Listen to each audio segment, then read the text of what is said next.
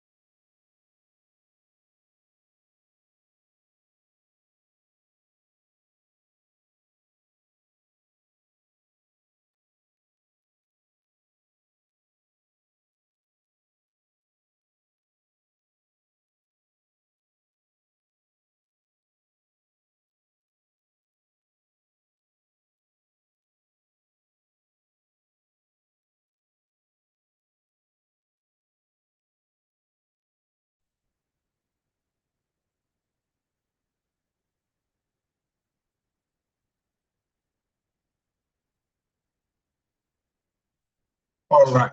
Good evening, ladies and gentlemen. Please confirm you can see my screen.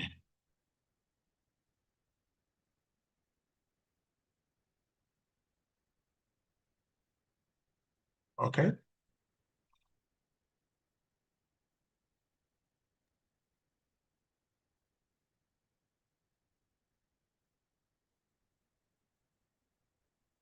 All right. Okay, I take that as a yes. Okay, thank you, Onome. So you're once again welcome to the Career Masterclass. Today is going to be exciting. We have three, or would I say four, including myself, fantastic speakers on the topic, and we are expecting it to be quite transformative. Okay, so without further ado, I will make a start and then we'll take it from there. So please, as you join, kindly mute your mic so that you don't disrupt the flow of the meeting. And I wish you a wonderful session. So starting with the movement. A lot of us on the call hopefully have been part of the movement, but for those who are joining us for the first time, I'd like to introduce what we're doing here. A group of people in January this year, part of the New Kings community, came together and decided to bring their skills, their knowledge to bear in putting together the 2025 Masterclass series that we have called 7 or 8 Actionable Income Streams. Now, the whole point of the Masterclass series is to help people in our spheres of influence to begin to earn multiple streams in 7 or 8 key sectors of the economy. Okay? So we started off in February with the Financial Markets Masterclass. We called in our members of the New Kings community, experts in their various rights, to give us insights into how one can begin to earn in the financial market. So we talked about stocks, bonds, other instruments, financial instruments that one could begin to earn immediately, money markets, etc. And then in March, the real estate gurus came on board and taught us about land banking, taught us how to begin to earn with fractional ownership, even shared some international opportunities with us. And then in April, I took on the crypto sphere, teaching about real world assets, stable coins, and how to use cryptocurrencies to hedge against the rapid inflation that is plaguing all fiat currencies globally. In May, we had the Intellectual Property Masterclass. Our luminaries and experts taught us how to protect our intellectual property and how to maximize, value from the IP that most times we take for granted. And then in June, we had the Creativity Masterclass. We had 5 speakers, practitioners, teaching creatives how to begin to monetize their art and their creativity. And then in July, last month, we had the Entrepreneurship Masterclass. These are people who have gone through the school of hard knocks and they've been able to build thriving businesses. They showed us the pitfalls and all the things that they went through to get to where they currently are. So in these sessions, we have really been able to get to the nitty-gritty of what it means and how one can begin to actively earn from the different income streams discussed. So today we are on the 7th masterclass, which is a career masterclass. And this really captures a lot of people because majority of the community or people outside are involved in one sort of 9-to-5 activity. And so what we're here to do today is to get people to really position themselves properly so that they can earn and receive the benefits, get promotions, etc., within the job or the sphere in which they have found themselves currently. So without further ado, I'm going to hand over to our first expert. She's an HR person. I'm sure she'll do a good job at introducing herself. So the next person you're going to be hearing from is Audrey. Audrey, please take it away.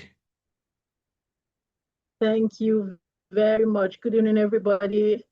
Well, depends on where you're watching from. Good morning, good afternoon, good evening. And so nice to have you here. Thank you for being here.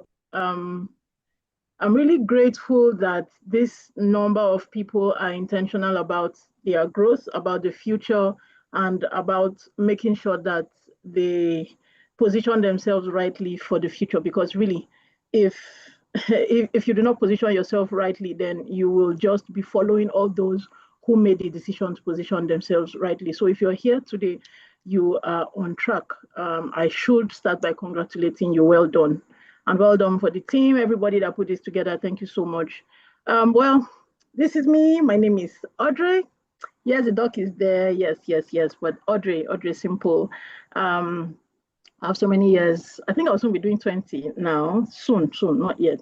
20 years in executive leadership, business strategy, community development, charity, and all whatnot. Let's move to the next slide. I mean, the rest I'm sure people can get outside of here. So let's get to the meat or the matter. All right. So designing this program for today, we started with the book. You know, we all, especially if you're in 9 to 5, you work somewhere or you work for somebody, you put in your skills and your time, and at the end of the month or at the end of whatever time that is agreed, you get paid. You know, we all want to come out of that rat race, and we agreed that future of career is outside of that rat race. Really, if you want to be ahead, you have to be outside of that rat race. Now there's a book that was written. It's called Who Moved My Cheese, and that's the beginning of our conversation today. This book was written, I mean, it's very short and readable. It's, a parable really about how individuals react to the expected changes in their lives, whether workplace or personal situations, but how they react, different individuals. And the book really can be said to have captured that well. Let's move to the next slide, please.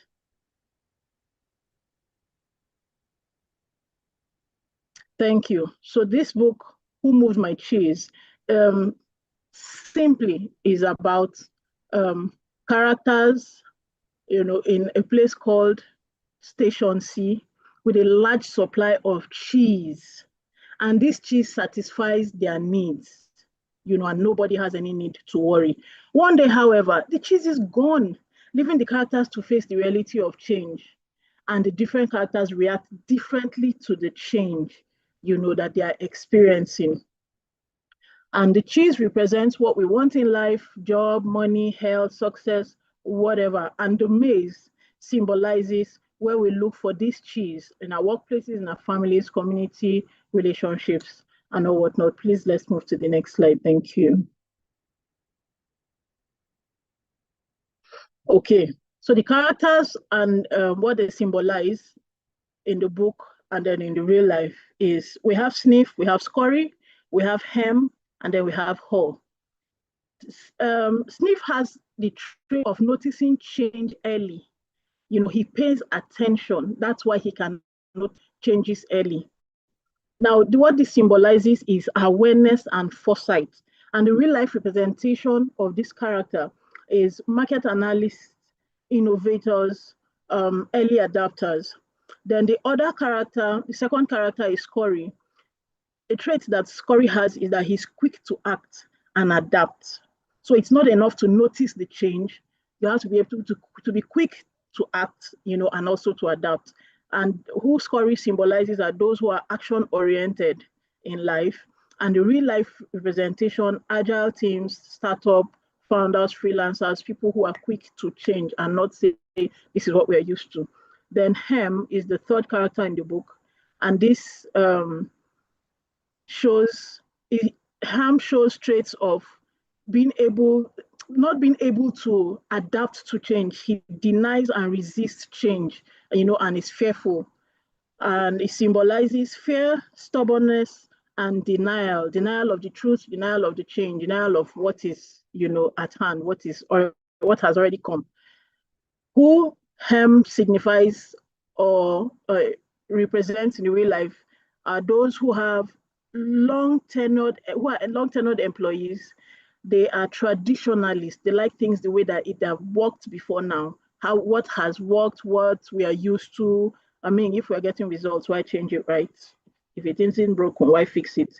These people are resistant to change, whether they are managers, whether they are employees, whoever they are, they're just resistant to change. If it's working, why bother? Then the last character, Ho, learns from fear and adapts gradually. Then this symbolizes learning and growth mindset. Real life representation of Ho is most of us who will change hopefully after this class. Amen. Permit my amen. All right. We're hesitant at first, but capable of change. We're resistant at first, but we are capable of change. Next slide, please. Okay, so the lessons that we can get from this book. The first lesson is change happens. The cheese is moving. In fact, it has moved. Honestly, the cheese has moved. If you're looking for it, which is one of the issues we have with our traditional educational system, the cheese has moved, but we are still educating people towards the previous cheese or the location where the previous cheese was. But let me hold my peace. I'm on the book. Point two, lessons from the book. Anticipate the change. Smell the cheese. I don't want to get ahead of myself, but this is a good place for me to say everybody should get the book and read it. Good enough, there's an audio version on YouTube, so you should get it. So yes, you should. Change happens. Just is a fact. Just settle it in your mind. Change happens. So you should anticipate the change. Smell the cheese. Next, after smelling the cheese, you should monitor change. Monitor change. Be alert when the cheese is getting old. Even when you get the new cheese, be on the lookout for another cheese because it just keeps changing. It just keeps changing. So you don't sit on one thing. And then the next one is the quicker you let go, the sooner you can find new cheese. I mean, if you stay on station C and you keep looking for the old cheese and wondering why it's getting stale or why there are too many people even grabbing or after the little cheese that is there, it's because you have stayed too long. So don't stay too long. The more you hold on to that cheese, the more you hold on to the past. But as the quicker you can leave that cheese, the sooner you can move on to the new cheese. Change and enjoy it. Don't just change. And don't change because of fear. Don't change because of what everybody's saying. Know that the change is real. Change and enjoy changing. All right. Enjoy the taste of new cheese, the feel of new cheese, the experience of even getting to find out the cheese and the position of the cheese before others do. Next slide, please.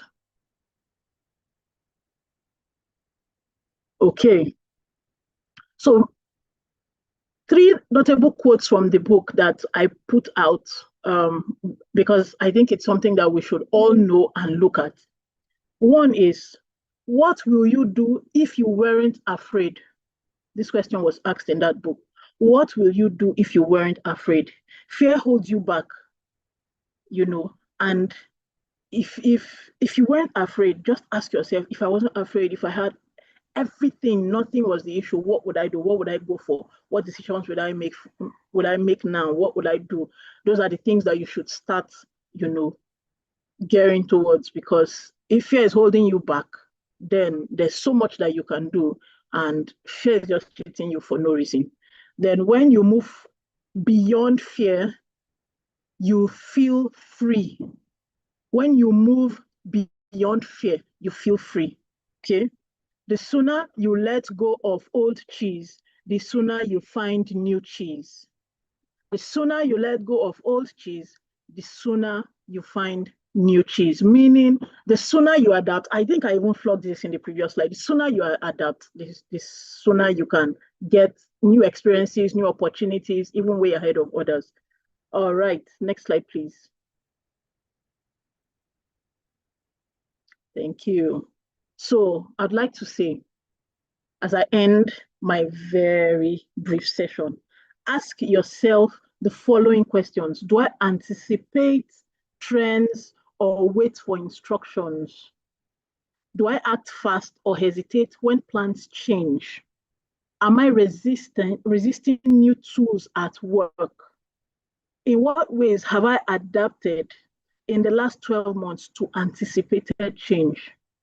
Your answer should help you identify whether you're a sniff, a scurry, a hem, or a haw, and what changes you might need to make in life and in your career, specifically. Next slide, please.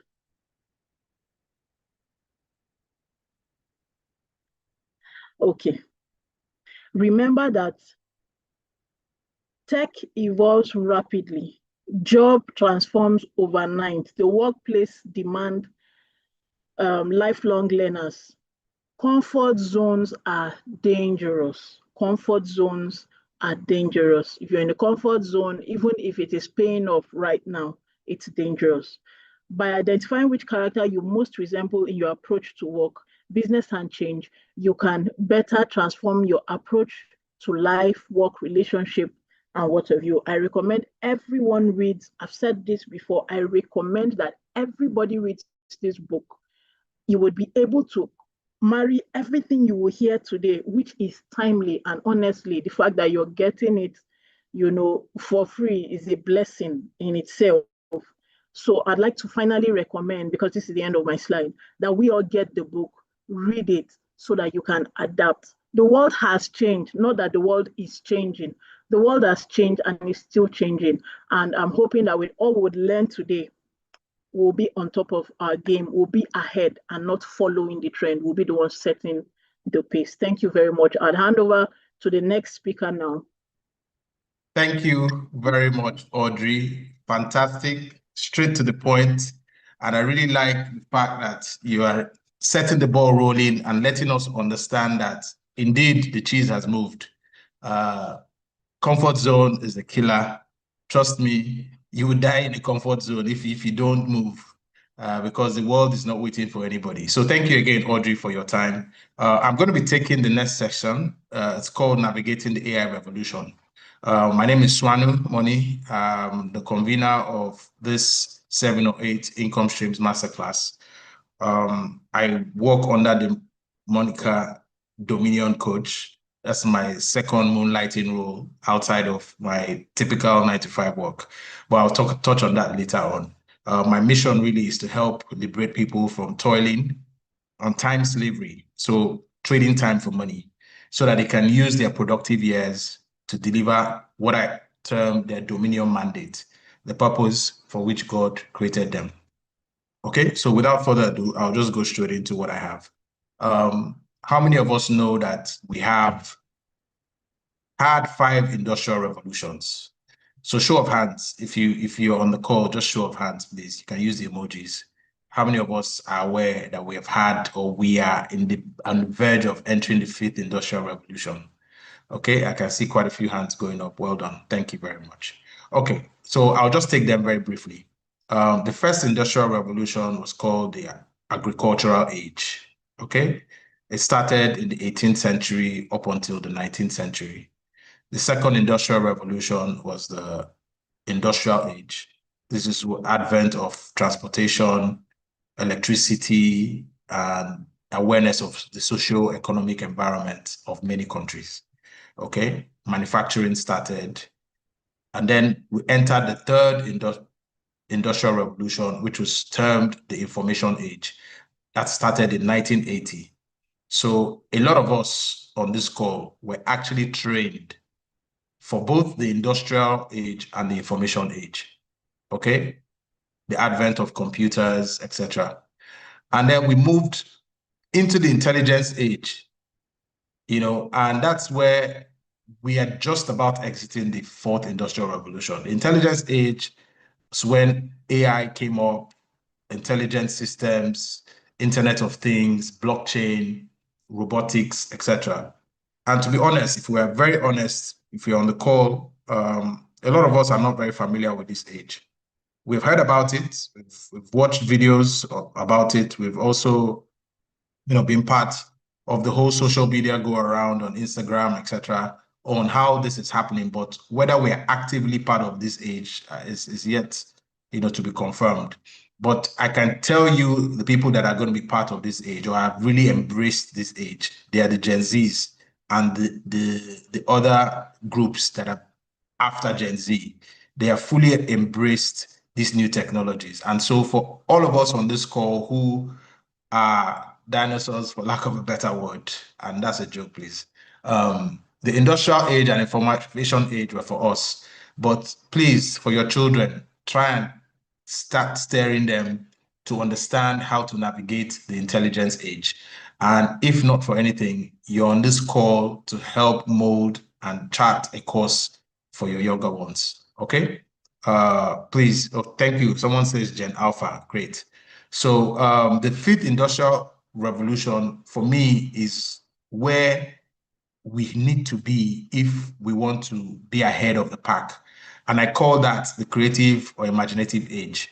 Okay, this is where thoughts and ideas can be put straight into action immediately with the advent of the supercomputers and the AI technology and all that is going on before our eyes. So we are talking today about the AI revolution, which is in the fifth industrial revolution. Okay. So what am I going to be talking about today? I'm going to be talking about how to empower your career with artificial intelligence, the role AI has to play in transforming industries and reshaping the future of work. And then this presentation would equip you with the knowledge and strategies to thrive in this evolving landscape. All right, so first off, I'm going to be talking about the impact of AI and how we're to adapt. Secondly, we'll be identifying key skills that we must hone if we need to be ahead of the pack in this AI revolution. Thirdly, we're going to be talking about the need for lifelong learning and adaptability. And then finally, I'll just reiterate some key takeaways for the session. Okay, so we've heard all the stories. Oh, AI is going to take away jobs. People think it's scaremongering and all of that. But I'm here to tell you that there's some element of truth to that.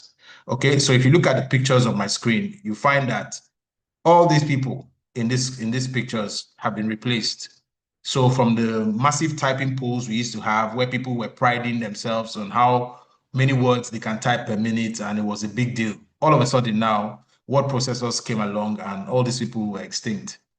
Okay, the second picture is of a man, very highly skilled cameraman, who's able to take good shots when flying in a helicopter. Mostly, you find these sort of people in documentaries, shooting documentaries, or even movies, high speed movies, and all of that. Now, today, you have drones with far more superior cameras and maneuverability that this man is no longer needed again. Then you have the typical transporter, driver type person into logistics and haulage. And everybody thought there's no way we can do away with logistics, right? But now we have autonomous vehicles, even trucks that are autonomous right now driving on our streets. Maybe not in the streets of Nigeria, but all over the world. You can find a few examples of this. Okay, and then the fourth picture is of a typical engineer. He spent years and years in college learning and his craft, and of course, either a building technician or architect or all sorts, mechanical engineer, and they really pride themselves in their skills, to draw and to bring these drawings to life. Right now, we have software suites that can make this thing happen in like 10, 15 minutes. All this work that this guy is doing. So you can see that even down to shipment, fulfillment in large corporations like Amazon and the like, people are being replaced by robots day in, day out. So let's not take it for granted when people say that AI or the creative age is actually going to wipe out a lot of jobs. It is true. The question now is your job secure? So the typical white collar worker is the sixth screen where you see people seated in large offices and cubicles, looking at a screen and doing work. Right now, with the advent of agentic AI, I don't know how many of us have heard of it. Please, if you have, please raise your hand in the group again. There's something called agentic AI. Companies like Salesforce, IBM, and co, they've wiped out thousands of jobs because this agentic AI are able to do what 50 or 10 to 50,000 workers can't do. And this agentic AI don't sleep. They work 24 hours. They don't go on holidays and all of that. So this is the reality that we are faced with in the age of AI. To play the ostrich is really to kid yourself and to set yourself up for failure. So I want to use this opportunity to say, don't be scared about AI, but rather reposition yourself so that you are in a better position to take advantage of the revolution. All right, so understanding AI's impact on the workforce. The first thing you have to realize is that AI has strengths, and the strength of AI is in repetitive tasks, data analysis, and pattern recognition. There's no human being that can do these things better than AI. So that is not the field where the 21st century worker should be competing. All repetitive tasks, any data analysis stuff, or pattern recognition tasks, they will be dominated and taken over by AI. So just put that to rest. Where we need to focus as humans is in creativity, emotional intelligence, and strategic thinking. AI can't do that now.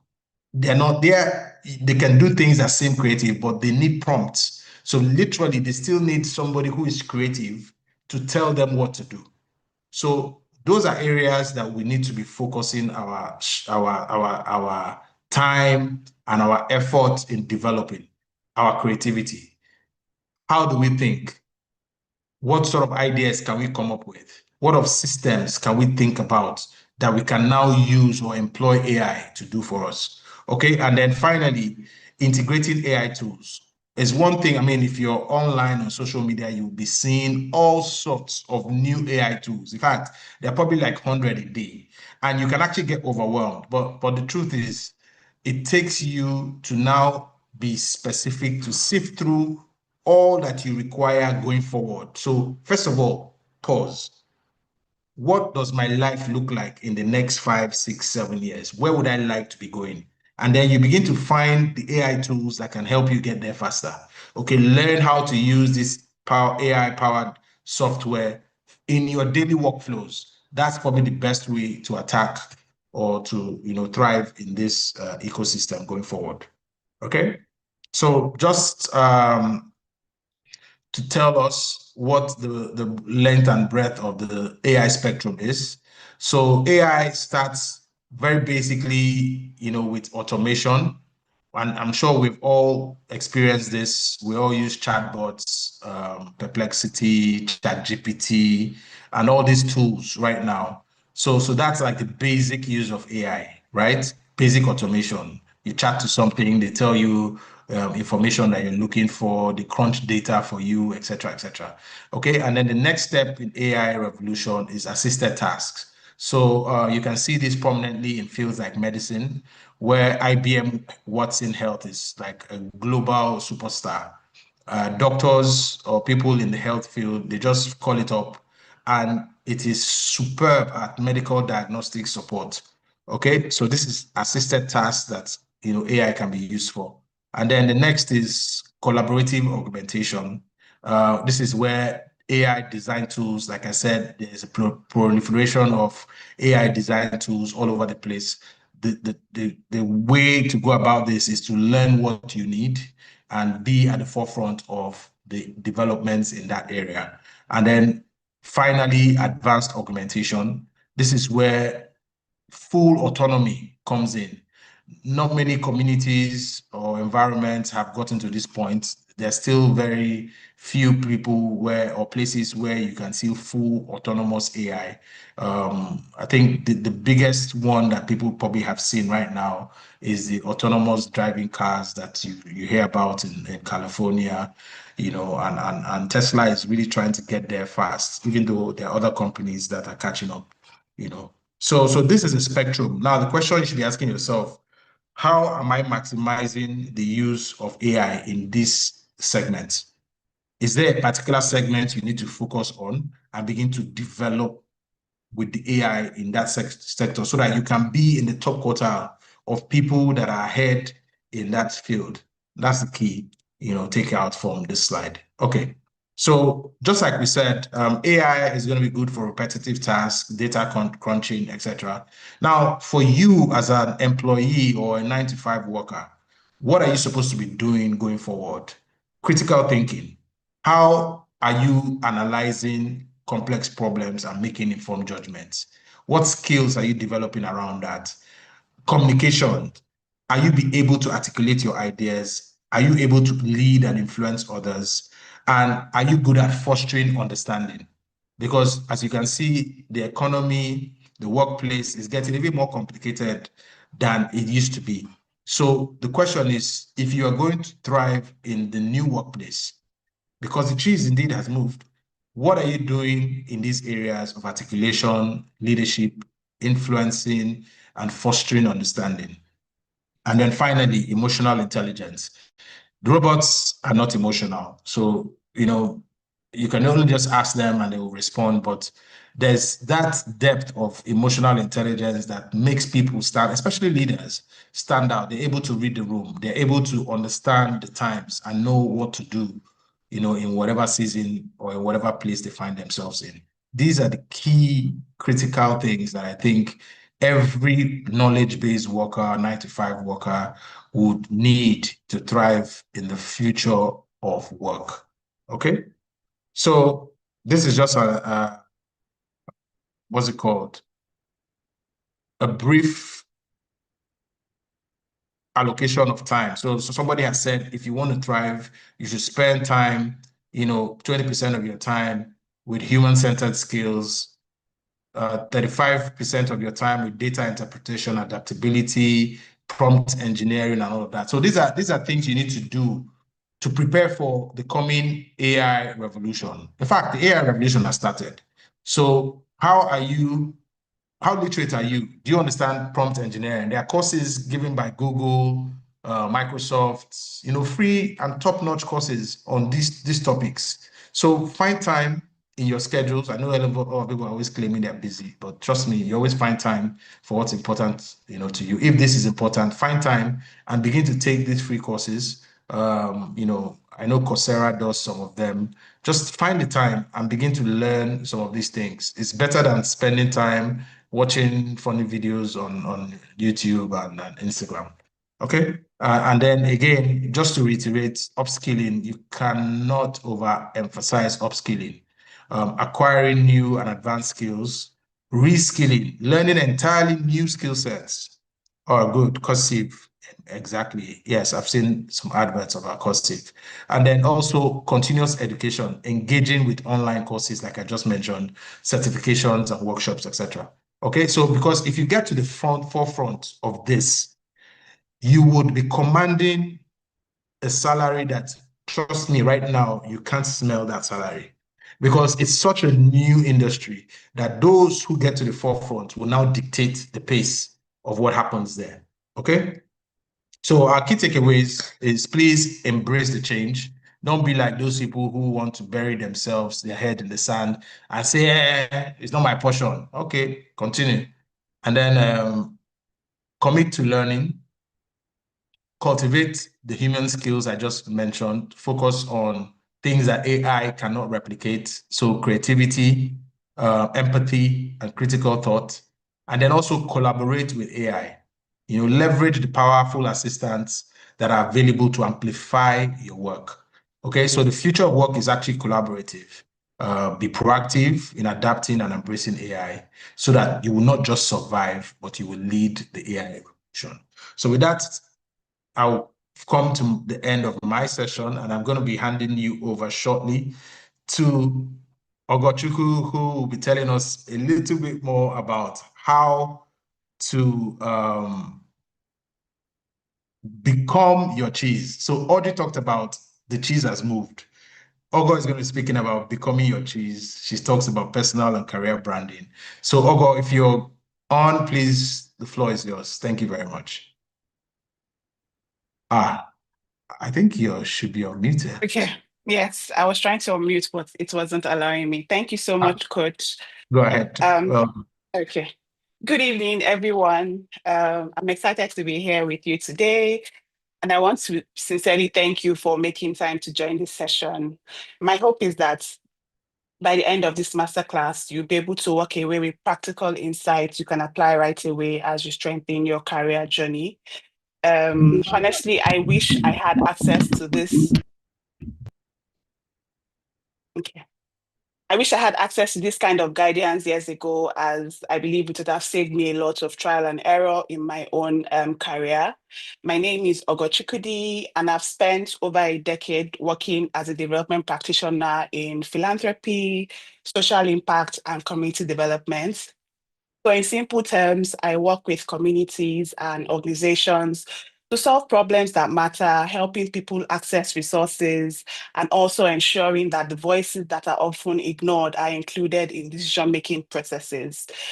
So, as we discuss personal and career branding, I will draw from not just theory, but from my own experiences, lessons that I've learned, feedback I've received, and just moments that have shaped how I show up professionally. Please feel free to stop me at any point for questions and also type in the chat if you have questions. Next slide, please. So as the previous speakers have mentioned, the future of work is not coming, it's here already. Careers are changing faster than ever. A 2017 report by Dell Technologies and the Institute for Future estimated that 85% of jobs that will exist in 2030 haven't been invented yet. That's huge, if you ask me. So technologies like AI, automation, and remote work are reshaping how we work and how we are hired, how we are remembered, and also how we are valued. Yes, skills are important, but they may not be enough on their own. That's why we believe that visibility is what turns skills into opportunity. In the past, and Audrey had mentioned it when she was speaking, the career path was linear, like straightforward. So you go to school, you get a job, you get promoted after 35 years of service, you retire. But today, careers are more like mazes. The mazes that she was talking about in the book Who Moved My Cheese. People are shifting careers, are moving industries, roles are being redefined every few years, and things like freelance work, gig work are on the rise. So waiting for recognition based on your CV or resume is not enough anymore. You have to be strategically visible so people see who you are, what you offer, and where you're going. So for this masterclass, I coined a new career formula: skills plus visibility equals to opportunity. Because at the end of the day, even if you're highly skilled, if no one knows about you, you risk being overlooked. And then in the book reminds us that people respond differently when they choose. So the cheese here is opportunities. When opportunities move, you see people responding differently. Some adapt quickly, some resist, others take time to adjust. So it's not just about chasing opportunities, it's also about, being able to be findable. Next slide, please. So, what is personal and career branding? Your personal and career brand is simply the story people tell about you when you're not in the room. Is the impression people carry about your name, your work ethic, your strengths, and the way you consistently show up. Um, Oftentimes, people think that branding is just for businesses, but every one of us has a brand, whether we like it or not. So the real question is, are you shaping this brand intentionally, or are you leaving it to chance? Um, people are always drawing conclusions about who you are, what they are capable of, and they do this based off of the things that they see. What are these things? Your skills, your values, your reputation, and how others describe you. And in many ways, your brand is like a professional fingerprint. You may ask, why does this matter? It matters because a strong career and personal brand open doors for a lot of things, for promotions, for partnerships, for new opportunities, for collaborations. So that's why it's important. And a weak and unclear brand can quietly hold you back because you can have the skill, but people don't know what you're able to offer. So your brand can show up in various ways. I've outlined three ways here. how your brand can show up. It can show up, visually. So this is how people see you offline and online. So it's your appearance, your body language, your presence. People notice how you carry yourself when you're in meetings. Do you make eye contact? Do you smile? Do you walk confidently, or do you shrink in the background? All these send strong signals on, who you are. And then online, a lot of people shy away from building their online presence because they feel like it's unnecessary or they're uncomfortable putting themselves out there. But the truth is that we live in a digital age and things are moving fast. And like I always tell people, you also need to understand the industry that you are in. So if you see my title, I say I'm an international development practitioner. I'm not national. I can't be in Nigeria here and expect somebody in Asia or in North America to find me. So how do I do this? I have to try to have an online presence so that, people can not only meet me offline, but they can also meet you online.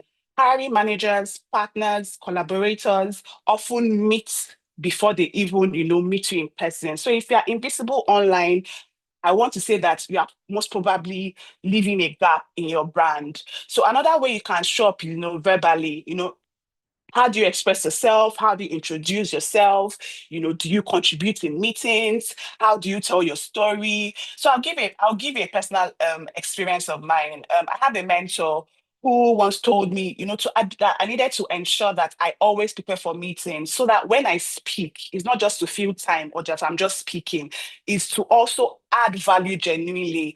And then not too long after, I had a colleague, we had like a retreat. I had a colleague tell me that, Ogo, I know you're good at your job, but the rest of the organization doesn't always see it. It's just we in the small team that see what you do. So she let me know that I needed to speak more. Honestly, that feedback stayed with me because if you had asked me, I thought that, my work spoke for myself. But I later realized that it's not enough to do good work. If people don't see or hear about it, it may not really matter.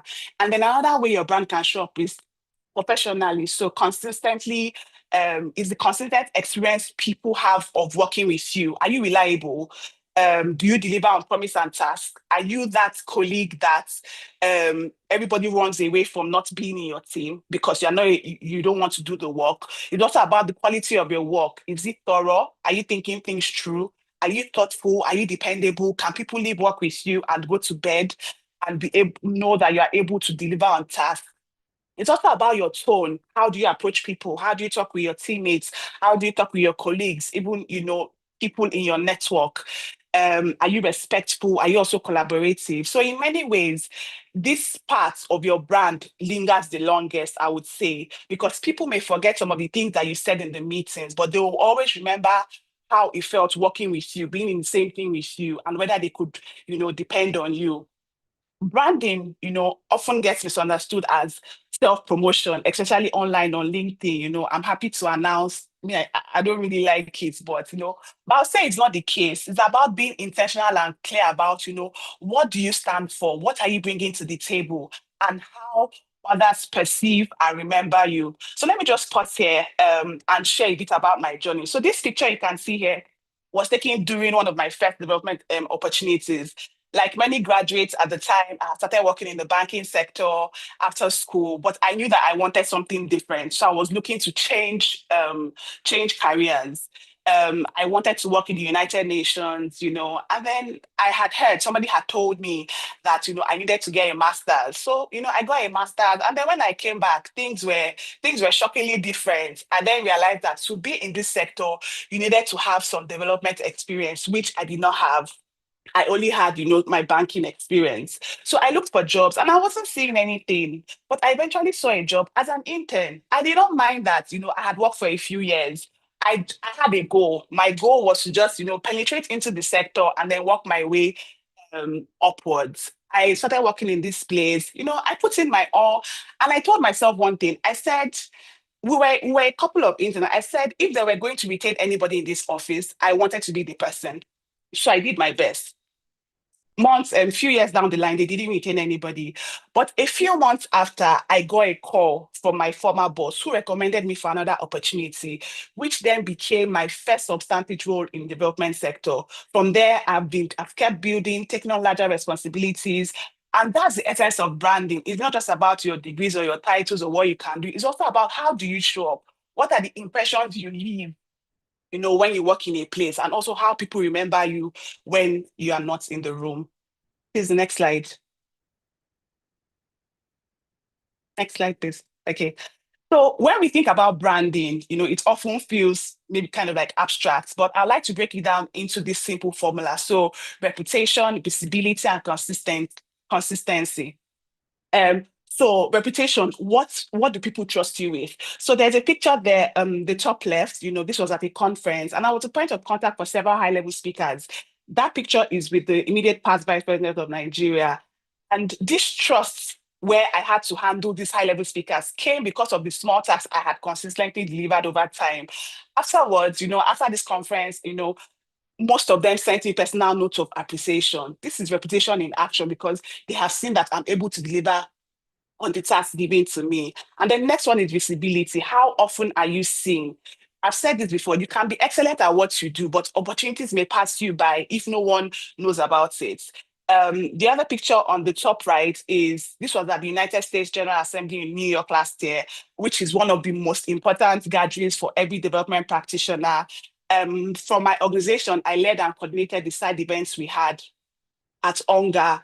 And it's not just, ONGA is not just a place for networking, but it's also a place to be visible in global spaces. So you just have to put in your best. And because of my contributions last year, I've already been invited to lead and coordinate again this year. So that's visibility. When people see your value, they remember you, and then they bring you in, for more work. So the last thing is consistency, how you show up reliably. The picture below shows me speaking. In many of my speaking engagements, people have invited me back or referred me for other opportunities, not because of one moment, but because of, my pattern of showing up prepared, being professional, being dependable. And that's what consistency does. It's consistency does. It builds momentum. And if one of these three is weak, your brand is incomplete. Next slide, please. So I just want us to discuss 5 elements to build your brand so that it can help you shape a strong personal and career brand. So the first one is, what's your expertise and skill set? So what do you want to be known for? You need to be clear about your strength, right? In one of the pictures there, I think the top right, out of 1,000 nominations, I was one of just 5 selected to lead a program for an organization in Norway. And that recognition came because of a distinct skill that I have developed and how consistently I have delivered. So in my organization, I'm one of 2 that has that skill. So, this is one skill that has, skyrocketed me and, giving me a lot of opportunities. And one thing I try to do, I don't just stay there, I try to, hone the skills and learn new things, regarding the skills. The next is values. What are the values that guide how you work and the opportunities you accept? After a conference, I received an email from management just thanking me about not just the tasks that I completed, but also the values I brought, into the job. What are these values? Hard work, dedication, and teamwork. And then the next one is online and offline presence. I've spoken about presence earlier. But for example, offline, I attended the conference, right? Spoke in the conference, networked, and was able to share contacts and just collaborate. So what did I do? What I did was what I always try to do, not just in this conference, is I write reflections after every conference or after everything that I do. I write reflections and post them on LinkedIn. And what this always does is it's exposes me to much more. I always get like DMs, I always get like collaboration requests. So this is how, going from of how you can marry, going offline and into online. And then communication style. How do you communicate? How you communicate shapes perceptions, whether in meetings, do you shy away when they're having meetings, you don't want to talk, you feel shy, you feel scared. How is your writing? How do you write? Also your casual conversations. Do you speak with clarity and confidence, and or do you appear disengaged? People often assume that I'm an extroverted person because of the way I speak, but personally, I've learned to, project confidence through speaking clearly, dressing intentionally, and carrying myself in ways that, reinforce the message that I'm trying to pass. And then the other is reputation. I had spoken about it earlier, but at the end of the day, people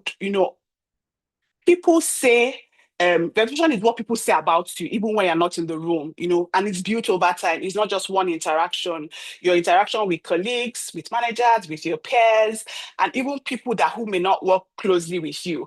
So the picture below is me at an international fellowship last year. And one of the things that made me get this fellowship was a recommendation letter I got from my executive director, which was one of the strongest factors for my acceptance. Honestly, reading it reminded me that your reputation is often built over time. It's not just one-off. Next slide, please.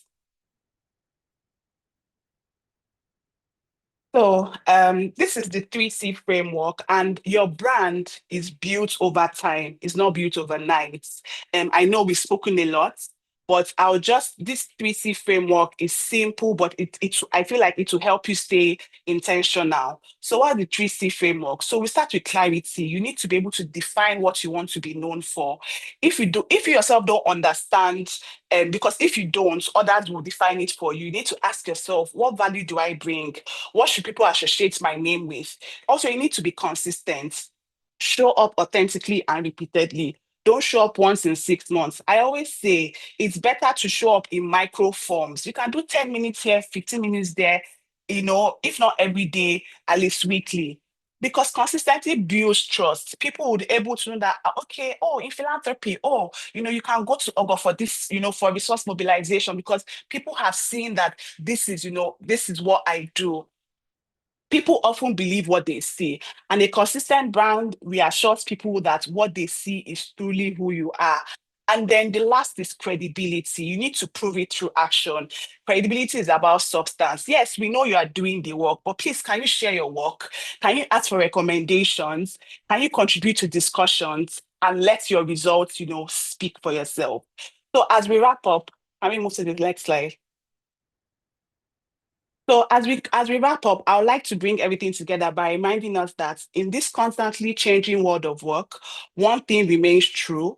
People remember how you show up, what you bring, and the impressions you leave behind. So let your brand speak, let it lead. Most importantly, let it evolve with you, because your brand is your career insurance. Even as jobs shift and industries evolve, your brand will always carry on. In the book, Who Moved My Cheese, it reminds us that, the maze is constantly shifting, opportunities move, but your brand ensures that people can still find, remember, and connect you to new doors, even if you are changing industries. So you need to ask yourself, am I showing up where it matters? Does my brand reflect who I am and where I'm going? And do people know what I stand for, even when my cheese moves? So as we move to the next slide, I want us to do a mini reflection exercise. We can move to the next slide. Please take 30 seconds to write down in the comment section one thing you want to be known for. And then the second thing is one simple step you would take to improve your visibility. And I would also like you to remember that you don't have to do everything at once, but you need to start. And I hope you're able to start at least tomorrow. Thank you so much. I would like to now move it to the next speaker. Uche. Thank you very Thank you. much. Thank you. Thank you so much. Thank you for such a wonderful presentation. Indeed, I want to pause here and get people to write. Let's not forget what she said. Can you write? Or what was it again you asked them to write? Let's not take it for granted. Ogo. Sorry, I was looking for my unmute button. So I'm asking people to write one thing you want to be known for and one simple step you would take to improve your visibility moving Fantastic. forward in your personal and career brand. Thank you. So please, 58 people, I'm expecting 58 responses. What would you like to be known for? And what are you going to do to be seen as that in your field? Please go ahead and write whilst we make the transition to our next speaker. So I'm expecting 58 responses. Your time starts now. Thank you. All right. Whilst we're doing that, we're going to get our next speaker to come on board. Uche, are you there? Please unmute, and then the floor is yours. Go ahead. Thank you. Good evening, everyone. Thank you very much, Ogo, for this wonderful presentation. Thank you very much. And good day, everyone. It's a very interesting session we've had so far. I'm very glad that you're here. You made time out to be here. I'm also glad to be here because we're all learning together. My own session is on harnessing your gifts, unlocking personal power for professional impact. I expect that at the end of this session, we will be able to pick one or two things that would move us forward. So my name is Uche Nakenyi. I am a telecom executive with experience in engineering, business management, business strategy, business development, program and project management. I'm a graduate of electrical electronic engineering from the University of Benin. I have an MBA from the Lagos Business School, a member of the Nigerian Society of Engineers, and a lot more. Please, could you move to the next slide, please? So Leo Boscalia once said that your talent is God's gift to you. What you do with it is your gift back to God. Each and every one of us has a unique gift. What if what you are struggling with today is what you've been wired to solve? What if your gift, what you are doing today in your career, and you're not working from a sweet spot? So our session today will really be about discovering our gifts, developing it, and deploying it. Because like I said, everyone has a gift to impact the world. Please, could you move to the next slide? So I'll start off with the story of, I know a lot of us already know the story of the janitor who helped put a man on the moon. So in 1965, John F. Kennedy had been elected as the 35th president of the United States of America. And top on his agenda was to put a man on the moon in that decade. Unfortunately, he was not alive to see that because it was actually achieved. That's my story. So sometime he had gone to NASA to find out how they were getting on because they were tasked with getting that task done. And he had gone to see how they were getting on with the task. And he met a janitor on the walkway. And he asked him, "What are you doing?" I figured that one would consider that question a trick question. But the response the janitor gave was that he's working to put a man on the moon. That answer is very epic. He's not an engineer, he's not an astronaut, he's not a physicist, he's not a scientist, but he was able to tie his gifting to the focus and the objective of the nation at that point in time. So the lesson here really is that your gift matter when tied to a bigger cause. Next slide, please. So what exactly are gifts? Gifts are natural talents, learned skills, natural inclinations, and those skills could actually be formally or informally learned, or unique strengths that are peculiar to you and that makes you you. It is something that you do so well that it feels like breathing. It's an ability that energizes you and then serves others in very unique ways. This could be communication, problem solving, leadership, creativity, empathy, teaching. And like our first speaker had said, as we get into the fifth revolution, there are things that AI would take over, but some very unique gifts, would not be taken over by AI. And it's very important that we discover what those unique giftings are for us and deploy those gifts. Next slide, please. So here are everyday examples of people who have discovered and harnessed their gifts, regular everyday people. There is Mary the teacher. Mary used to be a very timid young girl, really very timid. She lacked confidence because she was struggling with academics and was not doing well at all. Until a teacher was able to patiently teach her, discovered what her struggles were and patiently teach her. And time she discovered that, oh, these things are not as difficult as they seemed. And she began to, enjoy learning and began to grow and then began to teach her fellow students. Over time, she became so good that she eventually evolved to become a teacher. So she wasn't just a regular teacher, but her uniqueness was in finding children or students who struggle and helping them because she had been there and she understood how difficult it was to be in such a situation. And she thrives. I have a teacher today who teaches my son. Mr. Gibbs is an excellent teacher. Any child Mr. Gibbs teaches and doesn't do well, I'm sure that there more has to be done. Because Mr. Gibbs he's a mechanical engineer, but he will tell you that he enjoys teaching and that it's a calling for him. So he takes his time and patiently teaches children, and his students come out with very excellent grades. And because he really has discovered what his gifting is and he deploys it and has fulfillment doing that. So for sometimes you would actually know that your gift is hidden in your strength. What frustrates you before might become your strength when you help others through it. And that's the story of Mary. Also, I have a story of Chinedu, an enterprising mechanic. Chinedu enjoyed fiddling with anything on wheels. And, over time, he actually discovered and built oil filter that could conserve fuel and then went on to, build a very thriving auto business. People actually look out for him because there is something unique about his manner of, um, his enterprise. He's really very unique, and people travel, across cities to come look for him because of his unique gifting in this field. So the lesson here is your gift often hides in things you do with joy and curiosity, even before you realize you have them. So what are harnessing gifts? This means recognizing, developing, and intentionally using talents, strengths, and abilities that are uniquely yours to create value both for yourself and for others. And when you harness your gifts in your career, you're not just working, you're building a life of purpose, contribution, and fulfillment.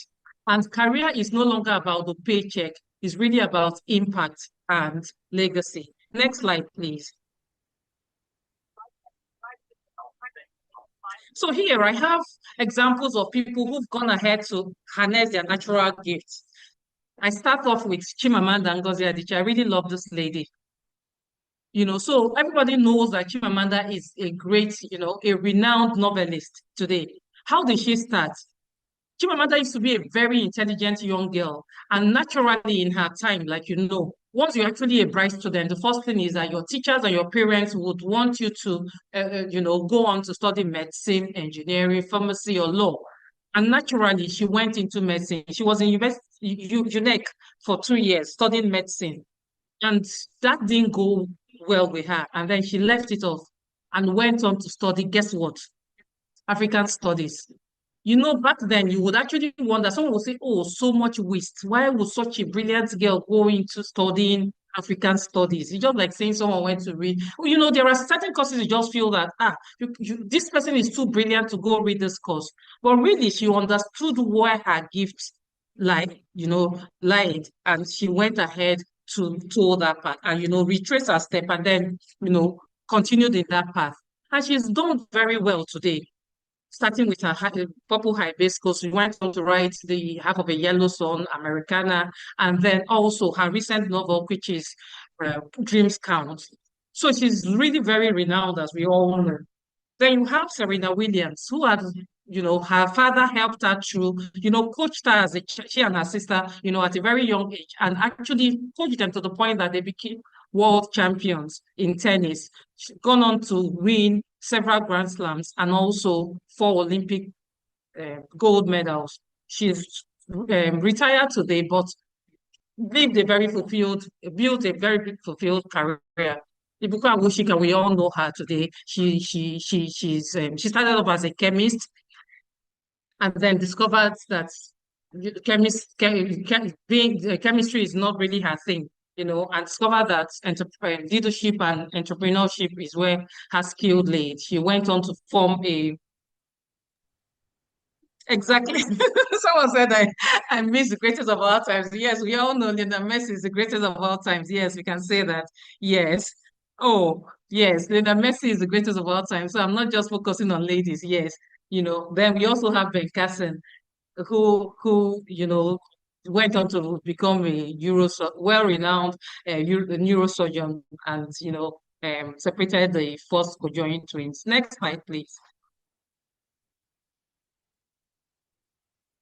So then you could actually say a number of these persons discovered their skills while they were still young. Oh, I've lived up to a particular, I seem like I've passed my prime, and then there is really not so much I can do, whatever my gifting is. But that's not, it's never too late. It's never too late. This is Colonel Sanders, who founded KFC at the age of 65. He has struggled through various careers, and then this, created that winning recipe at 65 that, gave him that he used to found KFC. And today is a global brand. Then the same thing with Ray Kroc, who has, struggled with careers, was sold milkshake mixers over time, and then partnered with the McDonald brothers to turn their small restaurant into a global enterprise at 52. Peter Doce used to be a broadcaster, but eventually featured in Chinua Achebe's Things Fall Apart as Okonkwo, and played that role so well that he eventually, veered into Nollywood. Today, he actually serenades our screens and well fulfilled in Nollywood. Please, next slide. So there's so many other examples I cannot begin to count now. So in what practical ways can you discover your gifts? In what ways can you discover your gifts? There are several ways. There are a couple of online tools that one could use. There is the 16 personalities, Strength Finder. This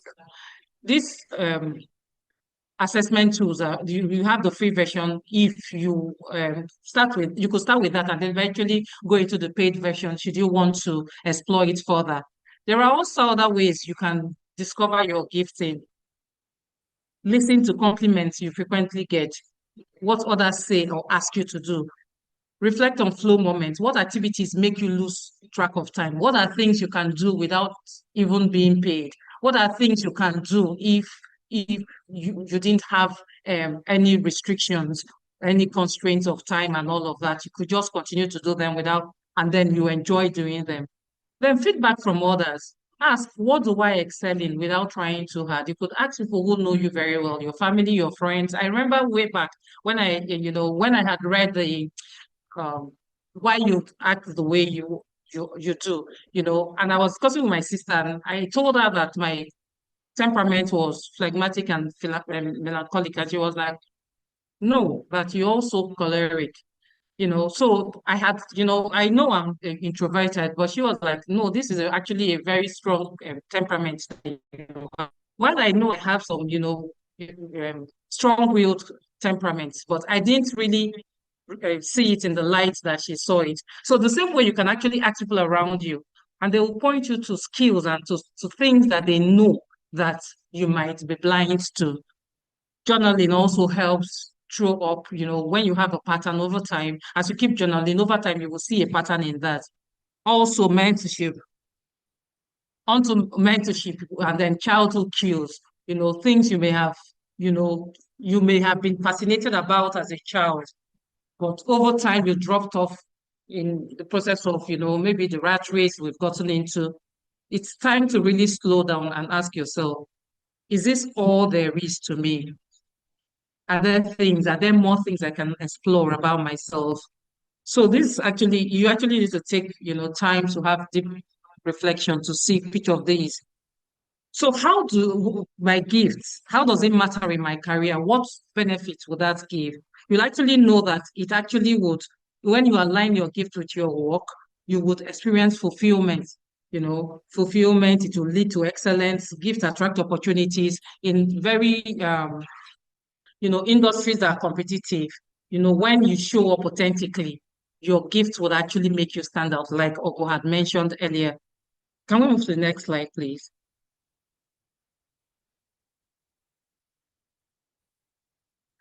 So here we have a gap to potential. So you would actually know that, and like I mentioned earlier, that every one of us is uniquely gifted. Everybody has a gift, right? So it is your duty and your parents' duty to discover what those gifts are and deploy them. And it's also for us who are parents to discover what the gift our children have, help them discover their gifts and channel them through those gifts. So for the slide we have here, we have Tiger Woods with his father ill when he also a sportsman coaching him in golfing.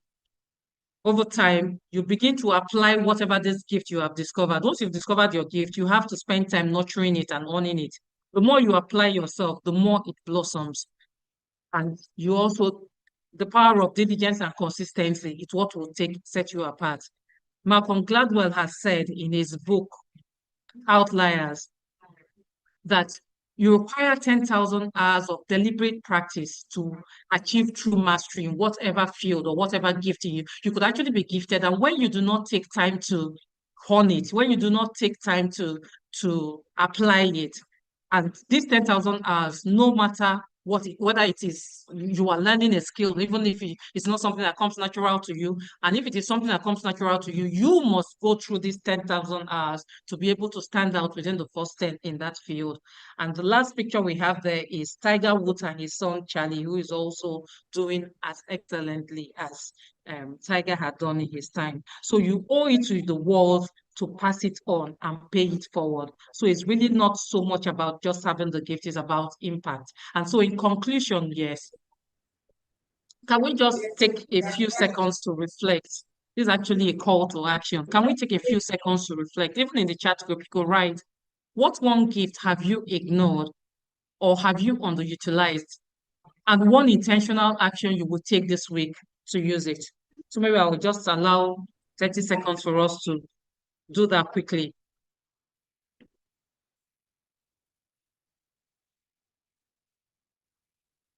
What gifts or what talent?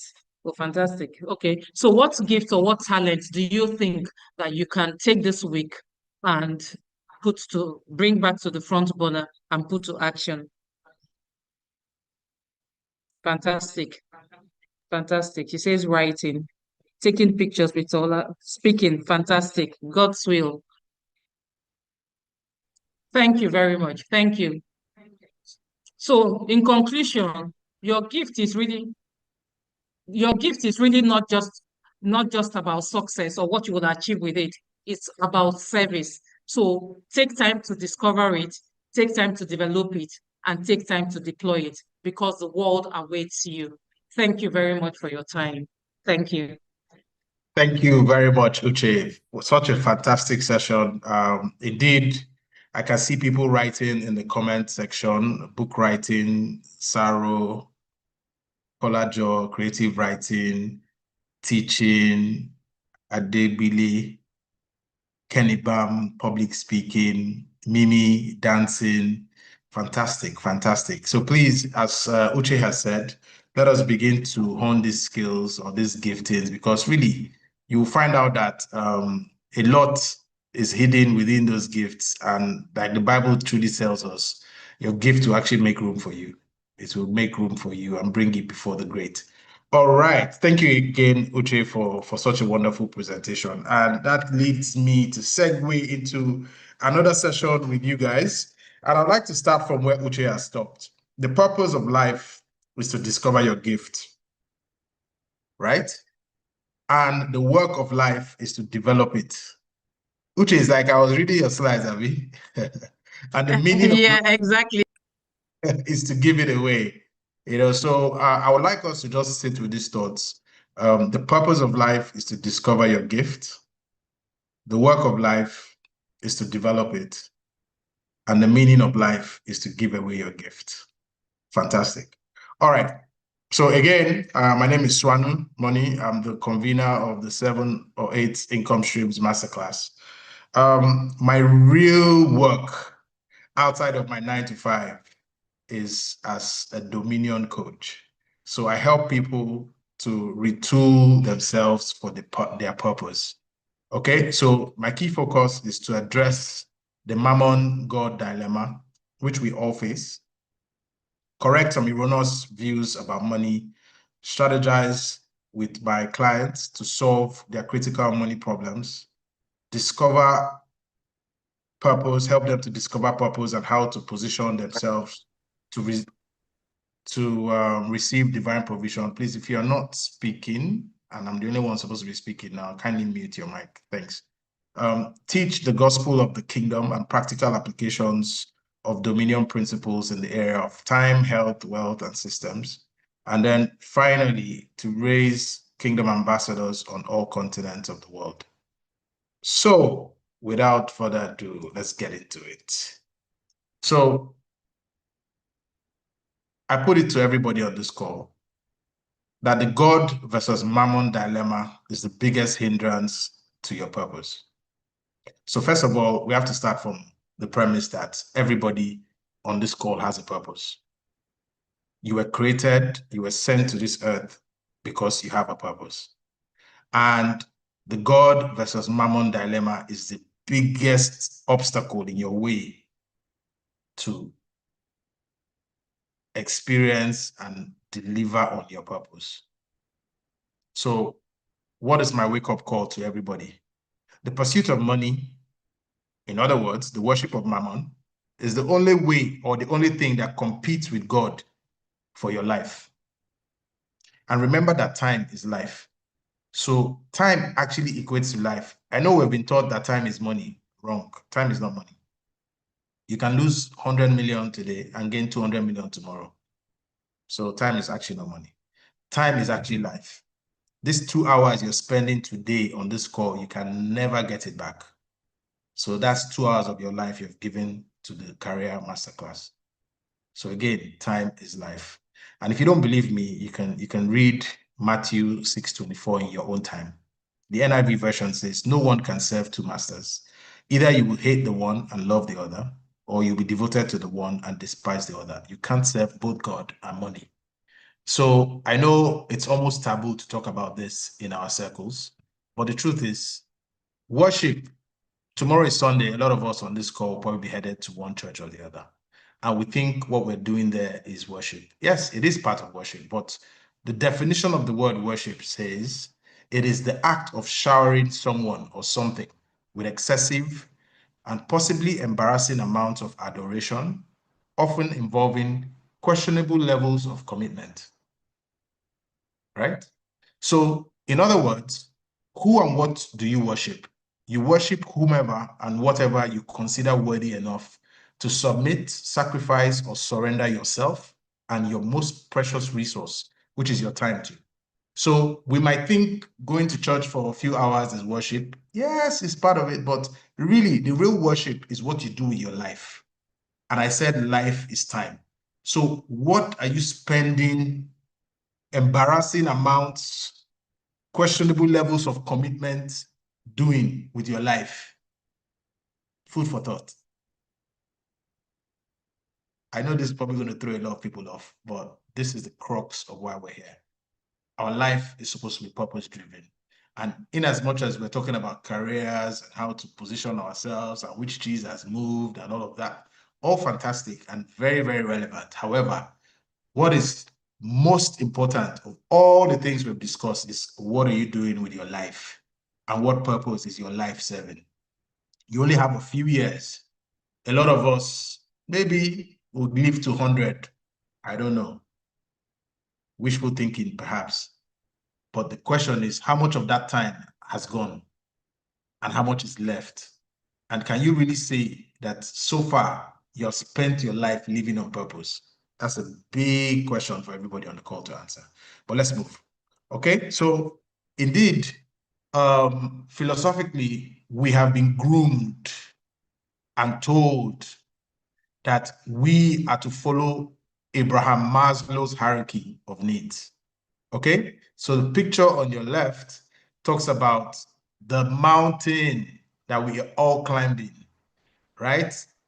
You know the saying, let us try to make ends meet. That's about a triangle. You're trying to make ends meet. Okay, that's Maslow in action. You start off with your physiological needs. Oh, I want to make it. I want to, after you finish your youth service, I want to get a bed, get a place to eat, at least put some food in my belly. And then when you are able to conquer that, you start thinking about safety, rent a house, build a house, and then when you do that, you start thinking about love and belonging. Let me settle down, start a family, you know. And then after that, you start thinking about self-esteem. Okay, I have a family now. What can I do to, get up on that career ladder, be a person of prestige, etc., etc. And then finally, when we've come to our probably 70s or 60s and late 60s, we start thinking about legacy. Okay, how am I going to be remembered? What sort of things can I do to write my name in the sands of time? It's all about self-actualization. But newsflash, there's a better way to live. Okay, a lot of people, in fact, 80 to 90% of the world is following Maslow in terms of how they actively live out their life. But there's another pathway by another famous person, just as famous, in fact, much more famous than Maslow, and his name is Jesus. He has a pathway that he actually described for life. He said we should turn Maslow on its side and start with self-actualization being our focus, which is what is it we were put on this earth to do? Start there. And then as you do that and you make that your number one priority, every other thing, esteem, love, safety, all your needs will be added onto you as fringe benefits. So in my first book, I write about this because this mammon God dilemma is so critical. And that is what has caused a lot of people to veer off, their path and start chasing money, the pursuit of money, which I have equated to the worship of mammon, and they have forgotten about why they are actually on this earth. And so we're chasing things like accolades and appreciation from people and from men and women that we revere. And that's what a lot of people see as the career path. Only for you to listen to maybe people in their 60s or 70s or 80s who have now, in quotes, retired, and they're asking themselves questions. Was it really worth it? I climbed this ladder, I climbed this pyramid to the top, only to realize I was on the wrong wall. The ladder was leaning on top of the wrong wall. And of course, time is spent and they don't even know how to get it back. And it's all about regrets. So my talk today is really to get us to pause and think at this junction of life, what am I doing? What are you doing? And assess whether you are fulfilling purpose at this given point. And do I need to, or do you need to take a course correction and begin to walk on a path that is congruent to you fulfilling purpose? Okay, so again, I like acronyms. There's a difference between your job and your work. A lot of people have been told, get a job, go to school, do your service, get a job and climb, just be diligent, work hard, you will get to the top. And then by the time you retire, they will give you a golden watch and then that's it, you're done. But if we're all honest, do you know that person? Perhaps it could be you who has a job, but there is always more month at the end of the money. So you get paid. Today is the 30th. I'm sure most of us have gotten paid now. How many of us or how many people do you know that by week 2 are out of money? There's always more money, more month at the end of the money. So your money is actually never enough. So job, really, the acronym for job is just over broke. So a lot of people, yeah, they're doing well, but because of the economy, the inflation rate, and all that is going on, they always find out that literally they have to work another 30 days to make that one pay. And that's what this whole 7 or 8 income streams masterclass is about. To get people to come out of that mentality, that mindset, that it takes 30 days to make one pay, and that they can now begin to do multiple things, or at least send their money to do multiple things to earn more money for them so that they can free themselves to use their most valuable resource, which is their time, for the things that actually matter and to develop and deliver their purpose on earth. Okay, so I'm going to use a story. Because I'm a storyteller, I like to use stories to buttress the points I'm trying to make. So like I mentioned, job is just over broke. And then your work is another acronym for wealth opportunities revealed by knowledge. Okay, I'll take that again. Wealth opportunities revealed by knowledge. So I'm going to use the story of Jacob. We all know that story from our kindergarten or Sunday school days. Okay, Jacob had swindled his brother and taken the birthright. And of course, Esau was mad and was trying to kill him. So he ran away, right? And he went to Laban, his mother's brother, uncle, his uncle, to live there, right? And then, of course, Laban gave him a job, right? To become a shepherd, to take care of his sheep. Of course, gave him his daughters to marry, and we all know the story. But the point here is that Jacob got a job. And the Bible tells us that Jacob worked for Laban for 20 years. Does that kind of sound familiar? It does for me. I mean, I've been working for a long time. So Jacob worked for 20 years. And the Bible also recorded that Laban changed his wages 10 times in those 20 years. Of course, if it was for good, we will not be talking about it. He changed it downwards 10 times. And that is really, if you're honest, what is happening to everybody in the workspace today. I was doing a calculation. I was earning better in 2012 than I am now, even though my Naira component of my salary is way much higher than it was in 2012. Now, what has happened? Inflation. That is the Laban effect, right? Inflation is the Laban effect. It takes your wages and changes it for you. So literally, a dollar was about 100, 150 as at 2012. Today, a dollar is 1,500 plus. So you can see that 10 times, something that was 150 is now 150, 1,500. So my wages have been changed 10 times by the Laban effect, or what we in modern times call inflation.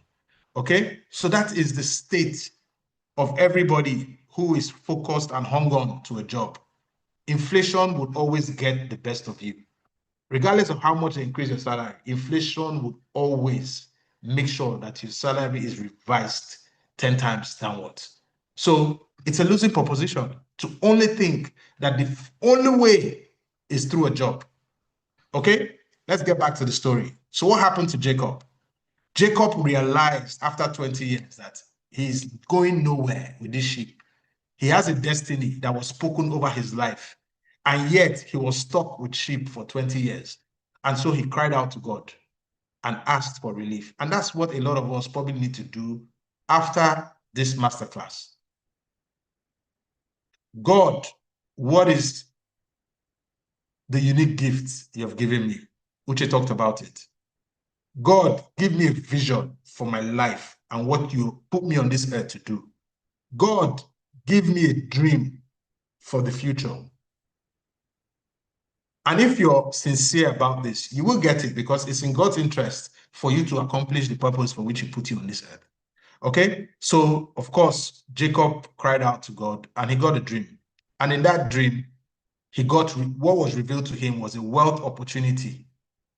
Okay? Again, I said work is your wealth opportunities that are revealed by knowledge. So his own knowledge came through a dream and he acted on it quickly and diligently. So we know the story. He now went back to Laban to renegotiate his wages and said, okay, don't pay me anymore. Pay me with livestock. And I would only like you to pay me with the colored or speckled livestock. So trust Laban. Laban takes away all the speckled and spotted livestock that was in the care of Jacob and send them away. So how is he going to reproduce speckled and spotted livestock?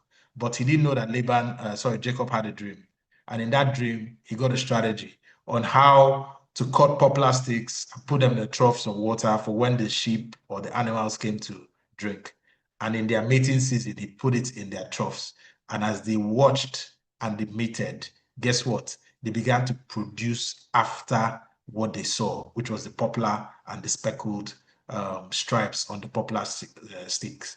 So again, that is how Jacob now began to get wealthy and wealthy, and he was free from that tyrannical Laban system.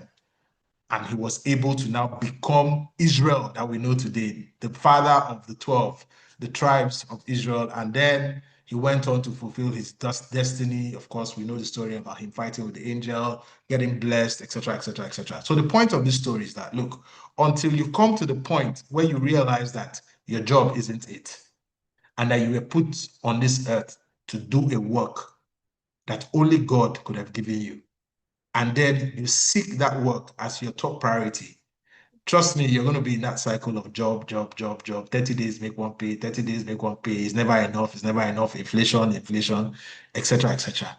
And time is going. Life is going.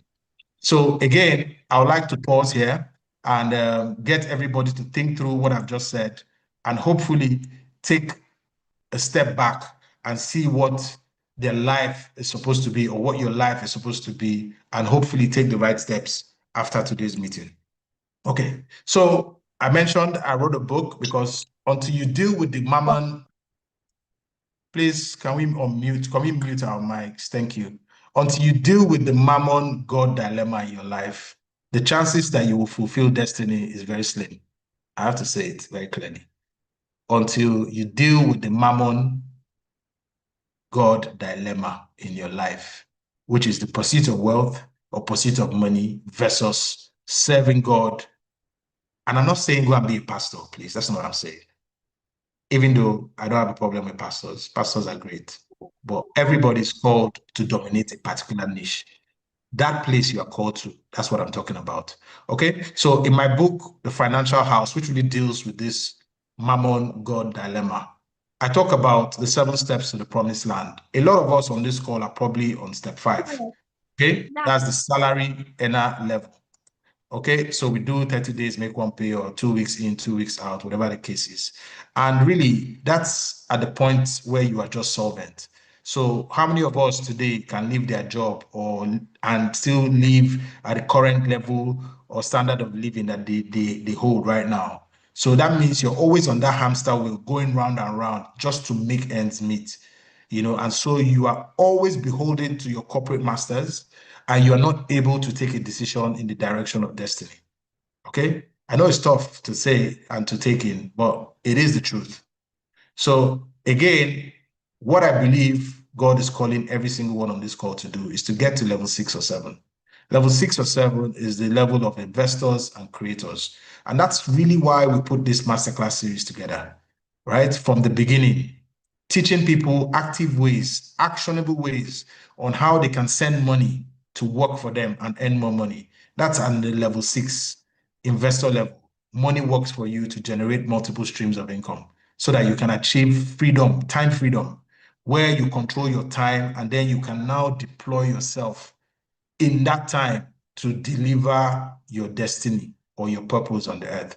And then, of course, level 7 is the creator level, where you build systems and help others to come out of poverty and from the system that has trapped many into servitude and just a waste of their time and their life, such that by the end, you're tired, you're drained, and you can't really do much when it comes to your purpose. Okay, again, the key question to ask is, where are you? Clarity. Are you, first of all, self-sufficient? Do you even have breathing room when it comes to your finances? Do you have a level of stability? Are you flexible? Are you financially independent? Level 6. And then, are you at the point where you can now begin to talk about abundant wealth? These are critical conversations you must have with yourself, with your spouse, and then for all of us who may think, okay, it's too late, even though Uche talked about people who started in their 60s. Even if you're feeling that way, how can you position your children not to fall into this trap? Because if you continue the way we are doing it and we allow the kids do what we did, they would definitely be here in another 10, 15, 20, 30 years. So what can you do differently to ensure that your children don't fall into this trap? and they are quick to be able to maximize the advent of the creative age that we talked about earlier on, to do what is required to now free themselves up to use their time and their youth, as it were, to do what God has called them to do on the earth. All right, so enough of that. Let's move on. One of the reasons, I know Audrey talked about it, or there are 4 reasons why we get stuck in the rat race. First one is fear. Audrey mentioned that. The second is greed. There's always that extra money they're dangling in front of you, that carrot, and you're chasing it, not realizing that they're using that to buy your time. Then the third thing is ignorance, right? A lot of people are ignorant about the opportunities that exist beyond what they know. So they don't want to learn anything new. This is the one, a bird in hand. Somebody can finish it for me in the chat comment. A bird in hand is better than, okay, I'm expecting you guys to finish it for me in the chat comment, in the chat boxes, sorry. All right, and then finally, conformity. So we've been told to conform, to basically everything and everybody's perception, from our parents, from what the society expects of us, from what even our churches expect from us, and mosques, whatever you believe. And then also what society expects. There's so much. Oh, by this time you should have done this. By this time you should have done that. And the question you should ask yourself is, who are you conforming for? Are you put on this earth to conform to what people think? Or are you supposed to do what God put you on this earth to do? Again, food for thought. So I know I talked about this during our intellectual property masterclass, but it's worth repeating again. Retirement is not an age. You don't say, oh, I'm 60, so now I get to retire. No, that's wrong. If you look at financial literature and people who are proponents of financial independence, they will tell you that reaching a certain age financially does not qualify you for retirement. You retire when you reach a dollar amount or a naira amount. And how do you calculate your retirement number? Yeah, it is your annual expenses multiplied by 25. This is a standard formula. Google it, you'll find it. Your retirement number is your annual expenses multiplied by 25. That's your retirement number. So for example, I know they've used a dollar equivalent here, but let's use a naira equivalent. So if you spend 1 million naira every month, I'm sure many people don't do that, but let's assume you do, okay? Maybe families or something like that. If you're single, if you're spending 1 million, you need to think about it again. So let's assume you spend 1 million every month, right? That means in 12 months, you're going to spend 12 million naira. Multiply that by 25. I think if my math says me right, it comes to about 300 million naira. 300 million naira is your retirement number.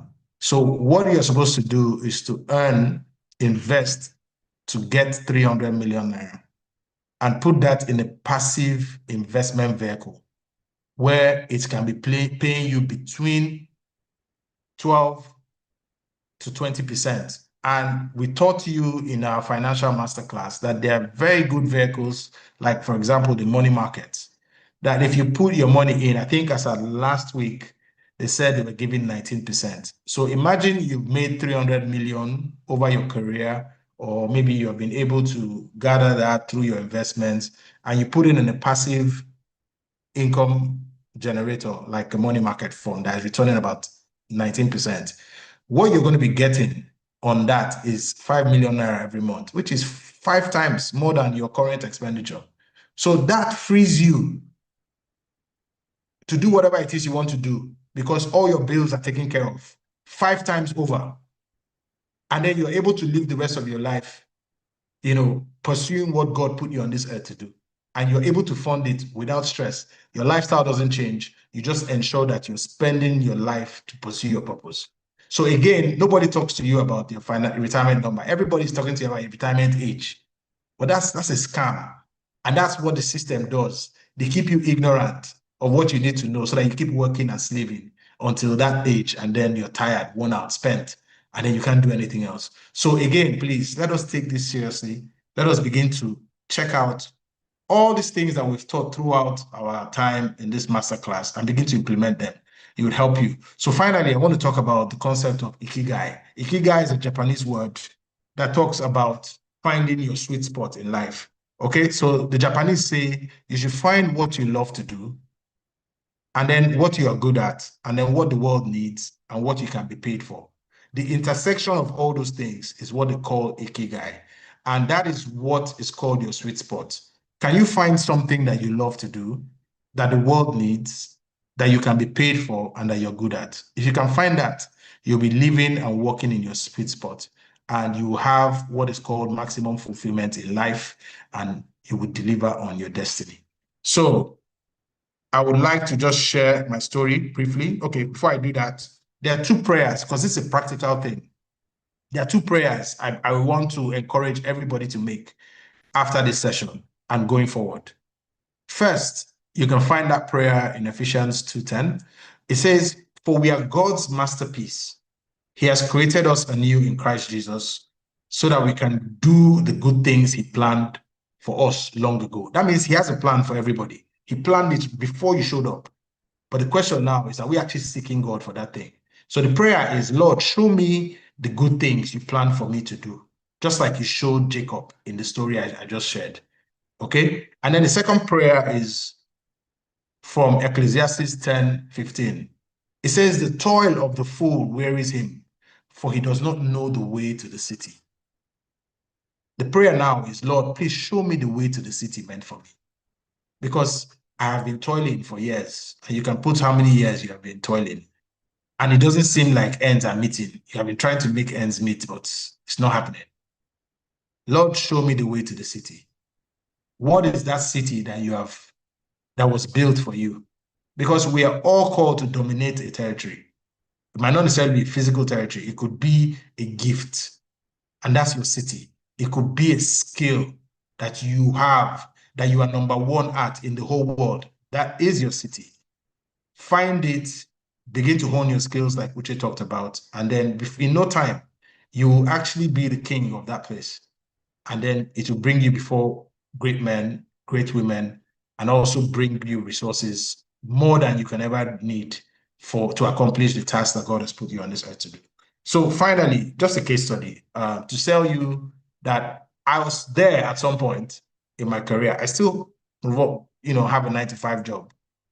However, about 10, 15 years ago, let's say 12 years ago, I kind of realized that this 9-to-5 job is not it. Okay, it's there, it's good, but there's so much more to my life than this. So I now started checking out what are the giftings I have, right? And then I realized that I was good at communications. I was good at explaining seemingly complex things and putting them in very simple terms and getting people to understand it. So I started to hone those skills through speaking gigs. I used to attend programs, conferences, to speak for churches, etc. And then as I did that, I realized that I could also communicate through writing. So I have a first book out, which is the book I was talking about, The Financial House, A Godly Wisdom Built. This book deals with the God-Mammon dilemma I spoke about earlier on. Okay, a lot of people on the call probably have listened or read the book. You can share your thoughts about the book if you've read it in the comment section. And then whilst I did that, I realized that there was so much more. So I have other books. The second one is coming out hopefully this month. No, not this month. In 2 months' time, The Greatness Journey. And this one helps people to understand life and to live it by design, okay?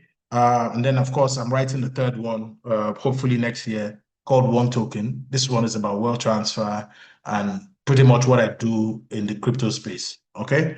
And then the same communication, I've taken it and created multiple courses. I have my bestseller course, which is the Crypto Crash Course.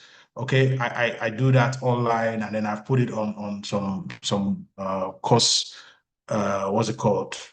Websites. You can go and take those courses if you're interested. And then finally, I'm taking the same communication and I'm putting it into an edutainment, as it were, series, to train young people, because we're supposed to catch them young. We don't want our kids to be doing what we're doing and finding out at 30 or 40 that this is the wrong path. So I'm putting everything I know into an entertainment series, to cover lifestyle and media, to train young people so that they start early and become better versions of what we couldn't or we haven't achieved yet. Okay. So again, I'm just sharing this to show that you can start where you are and be intentional about making that step change so that you end up way better or even start next year way better than you are going to end this year. So with that, I'd like to bring the session to a close. We've come to the end of our session and we're good for time. This is 45 minutes past 8. So we have maybe around 15 minutes to take questions and answers. So if you have any questions, please kindly put it in the text or chat box, and then I'll field it to the relevant experts on the call. Thank you so much for your time. I hope it has been worth your 1.5 or 1:45 minutes, 1 hour, 45 minutes. It's been great talking to you. This is our 7th edition of the 7 or 8 Masterclass series. Please, we await your questions. So thank you for your time. Do we have any questions? Please, Uche or Go, help me scan the chat box if there are There's any a question on how to get the financial house book. Oh, okay, great. So if you're in the Prospective New Kings group, I'll drop a link there. So you can, if you're outside of the country, you can get it on Amazon. So I'll put the links up there as well in the groups. Thank you very much. Okay. Okay. Since I'm not seeing any questions on the chat box, if you have a question, kindly unmute and then ask a question, and then I'll try and field it to the right person. Let's do this quickly. We have another 12 minutes so that we can shut down at 9 on the dot. Thank you. Okay, any questions from anybody on the call? Don't be shy. Engineer Banigo. Well done. You joined. Fantastic. I've always joined now, eh?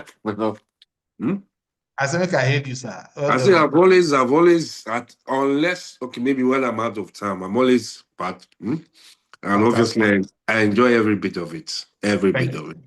Thank you very much. So, and I encourage everyone I know to also be part of it. Well done for being for giving us this opportunity to enjoy the world of experience God has given you. God bless you. Thank you very much. Thank you, sir. All right. Any other questions? Okay, I see one on the group. Okay, no, sorry. Just 1 minute. I think I missed it.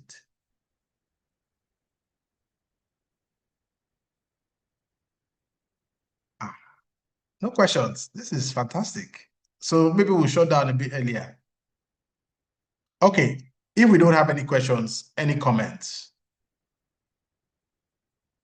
How many people on this call have actually started earning from streams of income that were talked about from the first masterclass to now? Maybe you can just share something to encourage people.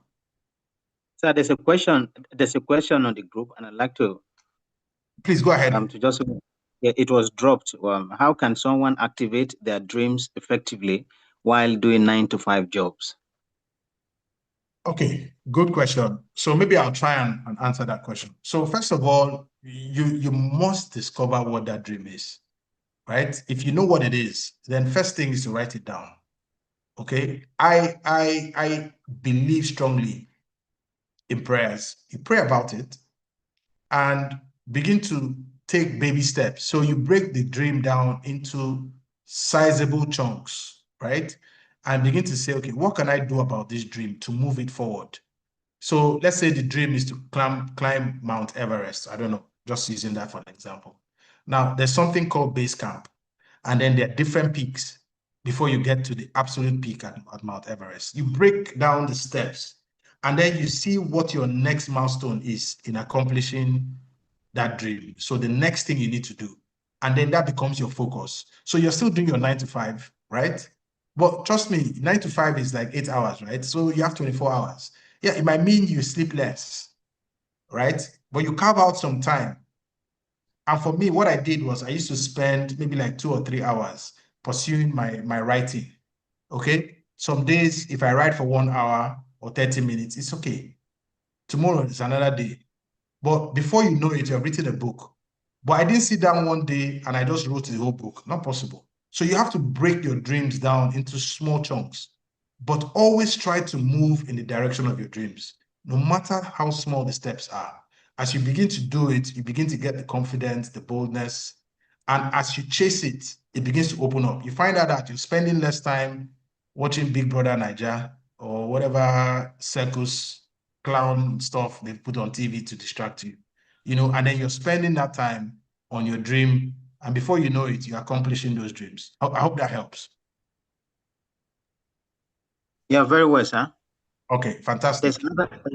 There's another question on the chat box. Is that but what if you want to do so much more, but managing the family and work sometimes stresses you out, especially if you have an underlying hypertensive condition that hinders you. that hinders you. Yes. Fantastic. This is another real life question, and I like the fact that we're being vulnerable. Thank you for that question. So again, health is wealth. That's your number one thing. Trust me, if you shut down today, all those managing family and work stresses will not matter again. Trust me, if you're on a sick bed, you can't move. There's nothing like family stress. There's nothing like managing work stress. So your number one priority is to get that hypertensive condition under control above everything else. And then once you do that, you now have to realize that you are not Jehovah. You cannot meet everybody's need.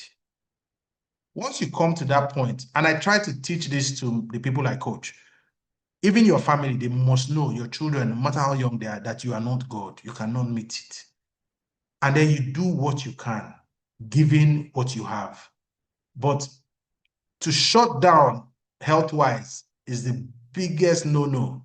Because once you shut down, you will actually realize that people will live without you. You'll be so shocked that all those people that you are thinking you are managing, they will just move on. They won't even see you, they won't call you, they won't visit you. Their life will just carry on. So please, the earlier you come to the realization that you are not El Shaddai, that's the best thing that you can do for yourself. Then first of all, take care of your health, and then begin to manage all these things and take them in their stance.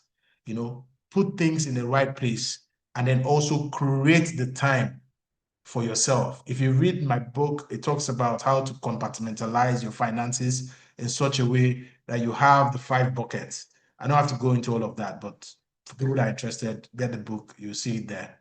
And then it will help you to now prioritize what you invest in yourself and in your dreams.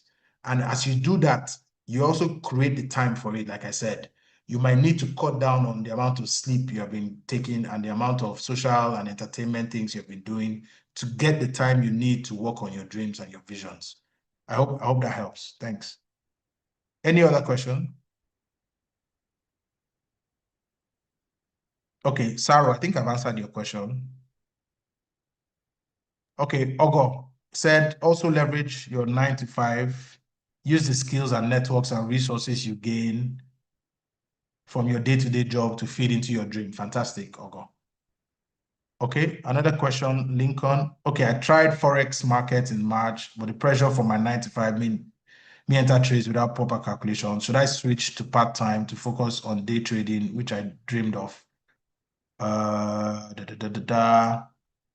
So I would suggest you take a look at the financial masterclass again. I think they talked about that. There was a guy, can somebody remind me? I think it was AY. AY was a trader in the financial masterclass. So he gave some good suggestions on how to combine a 9 to 5 and trading, whether day trading or not. I'm not an expert in that. So I would suggest you go back to YouTube, watch the financial masterclass again, Lincoln. And then you also have AY's contact. So contact him and have a conversation. That's the whole point of these sessions. Okay, I hope that helps you, Lincoln. Okay, Yes, thank you, Kolajo, for reiterating what I was saying. Your mental health first. I agree, it's your primary and most important to take care of yourself. Okay. Yeah, thanks for that. Okay. Okay, good. Audrey, please, I would like you to, as an HR specialist, I'd like you to chime in. You said something about the more you indulge people. Please, maybe when they hear your voice, it might enter well. So please go ahead, Audrey, unmute yourself and speak. Audrey, are you with us? Yes, I am. Can you Please go hear ahead. me? Yes, we can hear you. Okay. Okay, so what I wanted to say is this, the more you indulge people, right, the more they will take. Sometimes they're actually just trying their luck. Sometimes we too enjoy feeling like demigods or semi-gods, being the people that, or being the ones that everybody can look up to and depend on. And then we don't even help people depend on God. We don't help them to learn to depend on God. We don't help them to grow in their own financial journey, because every time they face a challenge, the first solution that comes to mind is you, every single time. So the more you help, the more they come. The more you help, the more they come. God forbid, when the inevitable, happens, these same human beings will cry but move on. Your children or the other people are the ones who will suffer the most, your spouses. These same people who could not survive without you will end up doing maybe even better, because some of them now would have learned not to overburden themselves. These same people may not even support your children if you did not have the right plans, on ground. So the more you indulge, sometimes they're just trying their luck. Sometimes they already know, So some of the reasons why we grew to where we grew to is because we didn't have anybody but God, but because we do not want others to maybe go through the kind of things that we went through, we allow them take and take and take and take and grow up as full adults, but completely dependent on another adult. God did not create us in his image to be those kind of people.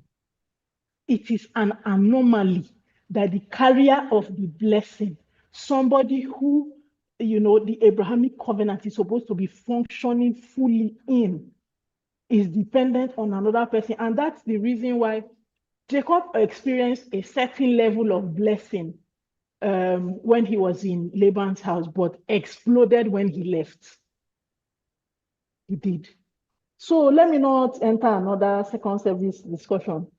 But the more you indulge people, the more you are willing to give, the more they will take. Human beings are like that. Friends will take, church people will take, family will take, neighbors will take, alumni association will take. Everybody will draw and draw until you start feeling drained.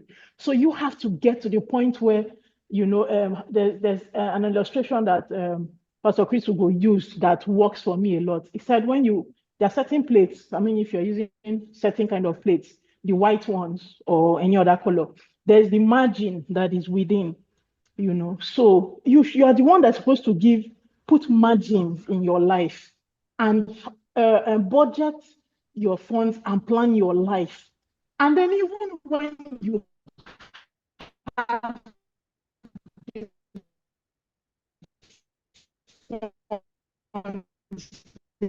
people who you should help to stand, you are not helping them. You are not even helping them realize God's plan for their own life.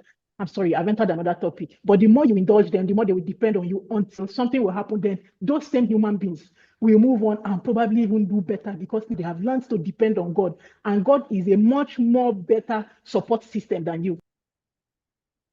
Fantastic. Thank you, Dev Groomer. All right. I think we are just on the verge. This is There was a question on, okay. there was one question on how Go can ahead. one pursue their dreams when they are not financially able to do so. Someone posted it on the chat. Okay. So you can't pursue your dreams if you're not financially able. And that's why we're doing this masterclass. I won't charge anybody for this masterclass. We haven't charged anybody. And this is like the 7th masterclass. And I'm sure there are a lot of people on the call. Maybe they are shy or maybe they don't want to say it. A lot of people have started earning money from the masterclass series. Because really, the trick is not for you to go and get 10 jobs because you want to chase multiples, is to use the money that you have. To send it, money is a good servant. To send it on errands, to go and bring his brothers for you. So that's the whole point of the masterclass series. So you might not have all the money that you need to execute your dream right now. But trust me, whatever money you have, you can take out of that and begin to send that on errands. In all these streams we've talked about, find one. Even if it's just money markets. Money markets, in fact, I'm so surprised. I only started doing money markets after the financial market masterclass. Can you imagine? And this is somebody who, trust me, I'm a bit knowledgeable about finances. I had the account for years, but I never used it. But after the expert spoke in February, I opened it. Trust me, I know what I'm getting for money markets now. Risk-free, every money, Stanbic IBTC credits me without fail. So the point is, use the wisdom that you have received so far. Start small, put it away, and send it on errands to earn more for you. As you get it back, apportion a bit and start working towards your task. Like I said, you don't climb Everest in one day. There's a next milestone in your climb to the top of Everest. Focus on that next milestone. Make sure you move the needle every day in the direction of your purpose and your destiny. And God will help you because it is in his best interest that you fulfill purpose. So he will bring everything that you need, the resources, the people, so long as that has now become your number one priority. He will shift everything to work in your favor. So with that, I'd like to bring our session to a close. We're just past 9 o'clock and I want to keep to time. So thank you everybody for being such wonderful attendees. Thank you especially to our experts who give up their time, their knowledge, their expertise to inform and to teach us. And I pray beyond all that has happened today that we take actionable steps going forward so that all of this would not have been in vain. So thank you again for your time, and I'm going to bring this session to a close. Good night and God bless. Till next time.